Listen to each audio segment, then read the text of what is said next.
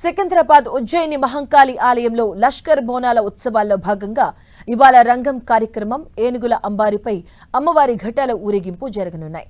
నిన్న లష్కర్ బోనాల సమర్పణ ఘనంగా ముగిసింది. సికింద్రాబాద్ ఉజ్జయిని మహంకాళి ఆలయం భక్తులతో నిండిపోయింది. తెల్లవారుజాము నుంచే భక్తులు బోనాలు సమర్పించారు. వండి తెచ్చిన నైవేద్యాన్ని అమ్మవారికి సమర్పించారు. బోనం పెట్టి మొక్కులు తీర్చుకున్నారు. శివశక్తుల పూనకాలు, పోతరాజుల విన్యాసాలతో ఆ ప్రాంతమంతా సందడిగా మారింది. తెల్లవారుజామునే మంత్రి పొన్నం ప్రభాకర్ అమ్మవారికి తొలి బోనాన్ని సమర్పించారు. ఇక మధ్యాహ్న సమయంలో మంత్రులు సీతక్క, కొండా సురేఖతో కలిసి ప్రభుత్వం తరపున సీఎం రేవంత్ రెడ్డి పట్టు వస్త్రాలు, బంగారు బోనాన్ని సమర్పించారు. భక్తుల కోసం 6 క్యూ లైన్లను ఏర్పాటు చేశారు అధికారులు.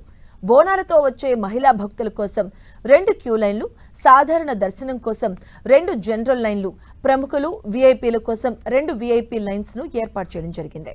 ఇటు బోనాల జాతర ప్రశాంత వాతావరణం జరిగేలా పోలీసులు పటిష్టమైన బందోబస్తును ఏర్పాటు చేశారు. ఆలయ ప్రాంగణంతో పాటు పరిసర ప్రాంతాలను కెమెరాల ద్వారా కమాండ్ కంట్రోల్ రూమ్ నుంచి నిరంతరం పర్యవేక్షించారు. అలాగే ఇవాళ రంగం కార్యక్రమం జరగబోతుండగా సికింద్రాబాద్ లో ట్రాఫిక్ ఆంక్షలు కొనసాగుతున్నాయి.